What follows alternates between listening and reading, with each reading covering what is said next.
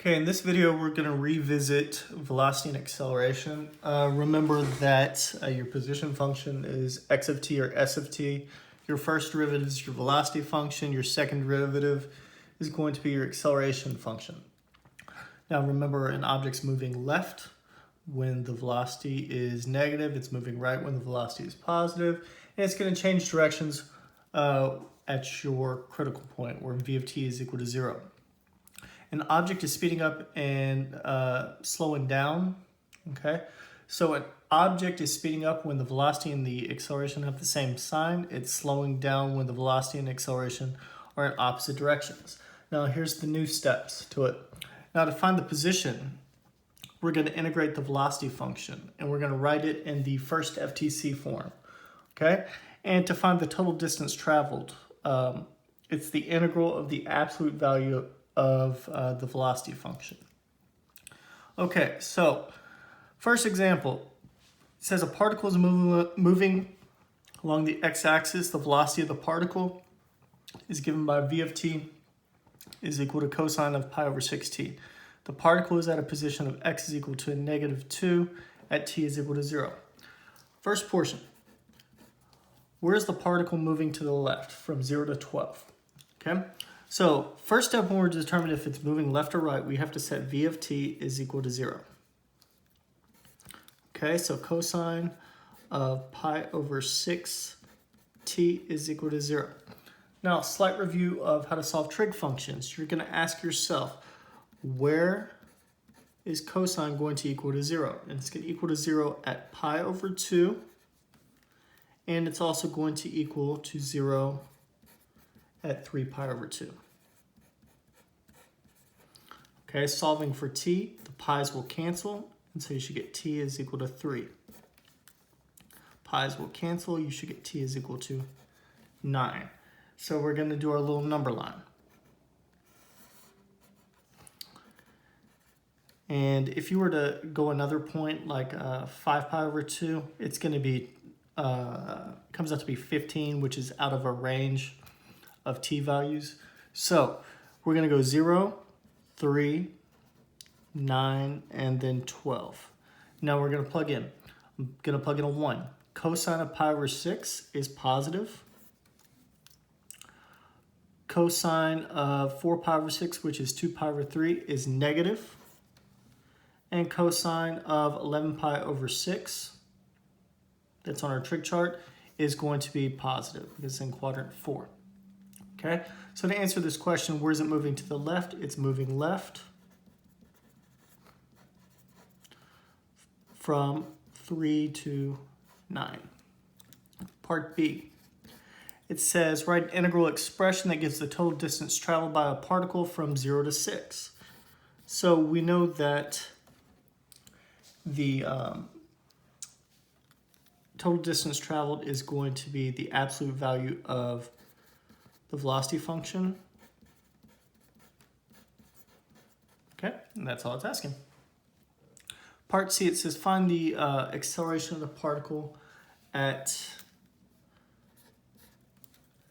t is equal to 4. And it says find the acceleration of the particle at any time, sorry. So a of t is going to be the derivative of velocity. So our velocity function is cosine of pi over 6t. So take the derivative of that. Derivative of cosine is a negative sign. We keep the angle. And then we chain rule the angle.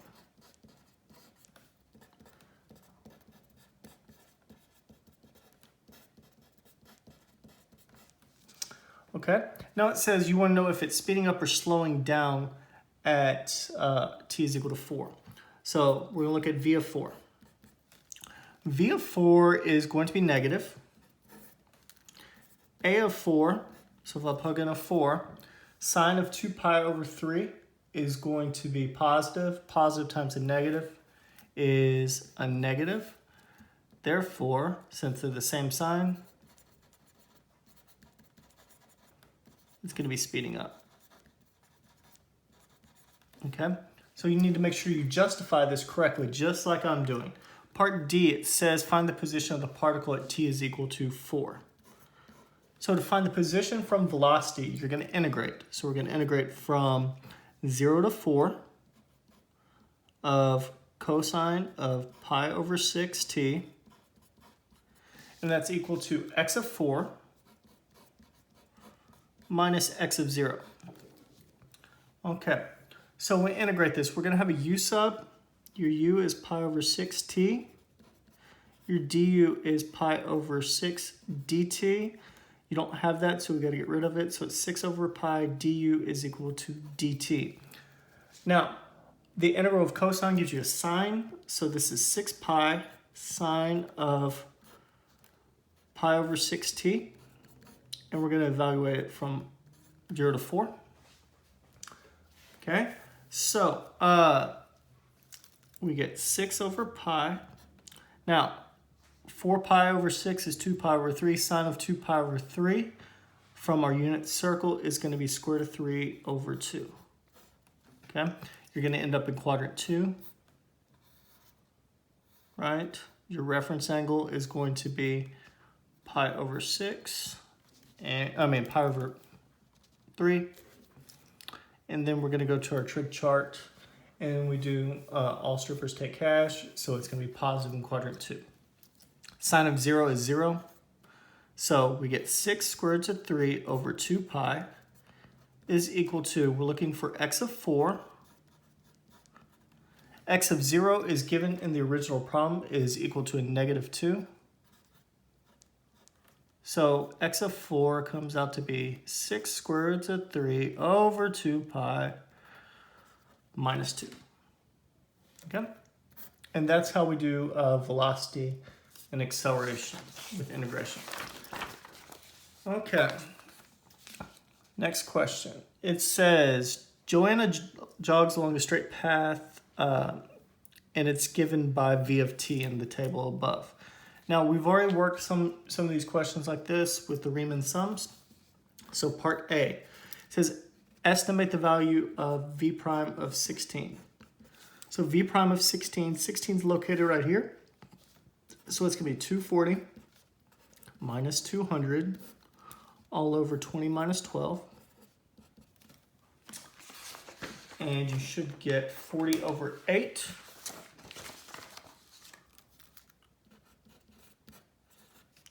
Which is equal to 5. And remember, our units are going to be the y units or the x units, so meters per minute per minute. Okay? Or meters per minute squared. Part B. It says, using correct units, explain the meaning of the definition of the integral from 0 to 40 of the absolute value of v of t. So that's the total distance traveled.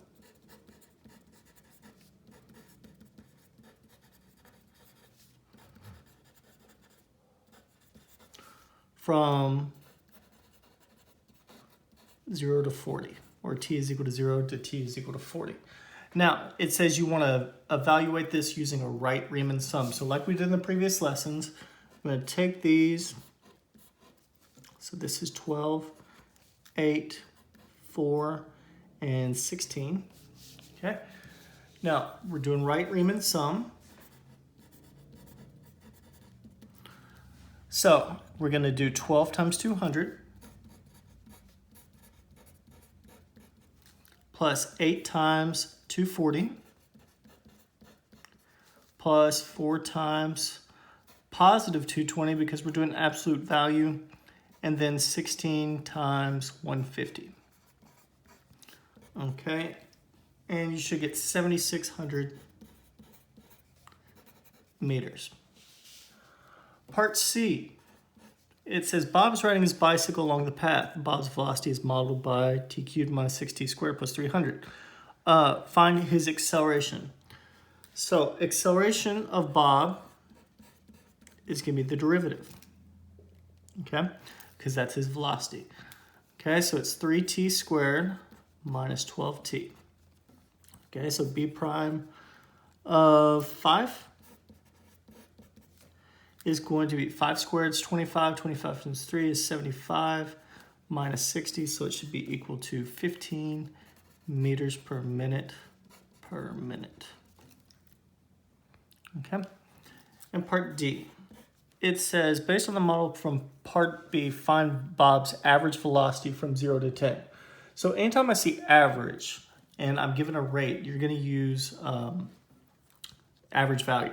Okay, so it's 1 over 10 minus 0, integral from 0 to 10 of his velocity is t cubed minus 6t squared plus 300.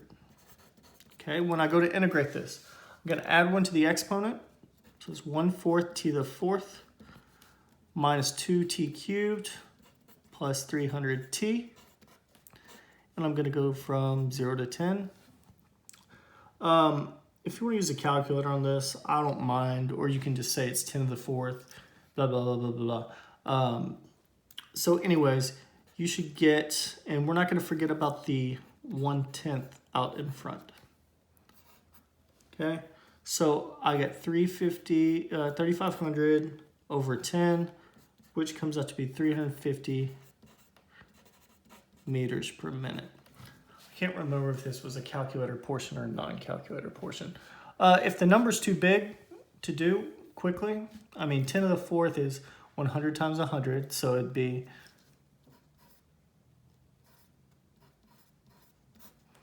so you would do 0, 0, 0, 0, 0, 0, 0, and put 2 decimal places, 0, 0, 1. So it would be 4 zeros, so 10,000. Okay. So I don't expect you to be able to do all those big numbers in your head. So just keep that in mind. Okay. Last example of velocity and acceleration, and that'll be at the end of this video. So this one's definitely calculator. Okay, so it says a particle moves along a straight line and it's given by its velocity function -2 and then all that good junk. So we're going to put that in there into your y equals because we're going to be using it the whole time. Make sure when you use your exponent and fraction, put parentheses around it. Okay. So it says find all values of t where the speed of the particle is equal to 2. Now, if you didn't know this, speed is the absolute value of velocity. Okay? So the absolute value of velocity is equal to 2. So, I probably should have added that in there. So what we're going to do is we're going to graph this and we're going to insert, we're going to do math, absolute value, and I'm going to close the parentheses. And I want to know where it intersects the line y is equal to 2. So something you probably need to add into your notes is velocity, the absolute value of velocity is going to be speed. Now it says we're going to go from 2 to 4. So the only intersection point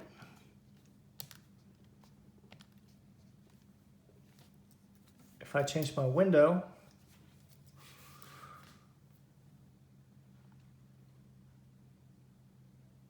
we actually have 2.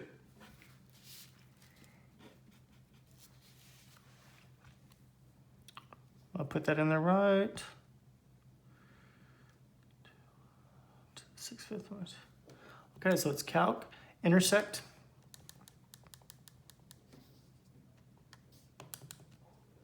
So I got 3.1276.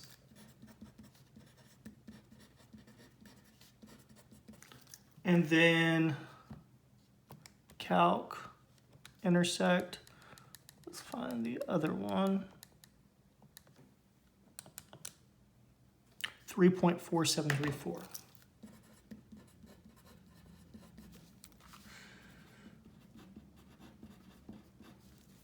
Okay, part B. Part B says write an expression that says you're going to solve for the position of s of t. Use the expression to find the position of the particle at t is equal to 5. So to find position from velocity, we're going to integrate the velocity function. And I can write v of t, or I can write that out, okay, is equal to x of 5 minus x of 0. Okay, so we're going to integrate our calculator. I'm going to erase the absolute value. And I'm going to erase the 2. So we're going to do math 9. Bars y1, comma x, comma 0, comma 5.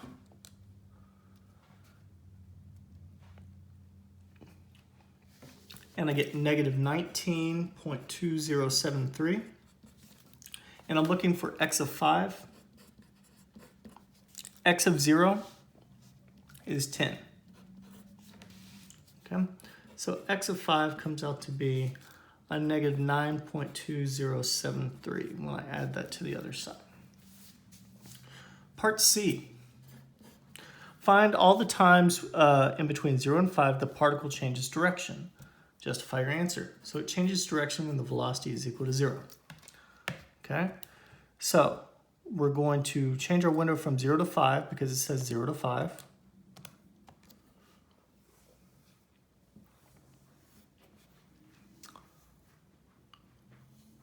Okay, so we got here and here. So we're going to do second calc, 0.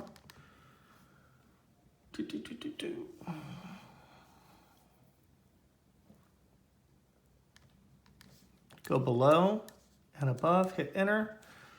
I got t is equal to 0.5360 and t is equal to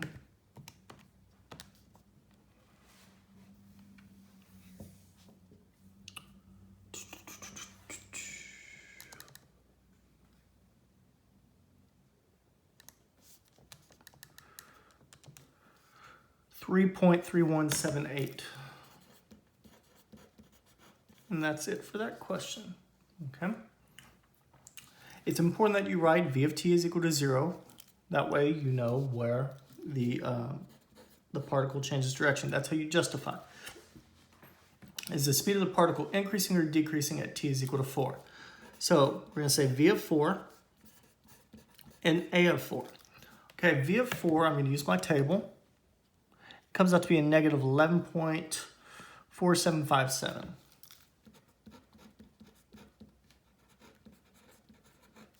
Okay, and a of 4, you're going to take your derivative. The way we take the derivative velocity is we do math 8 vars y1 comma x comma, and we're evaluating it at 4. Okay, so it's a negative 22.2957.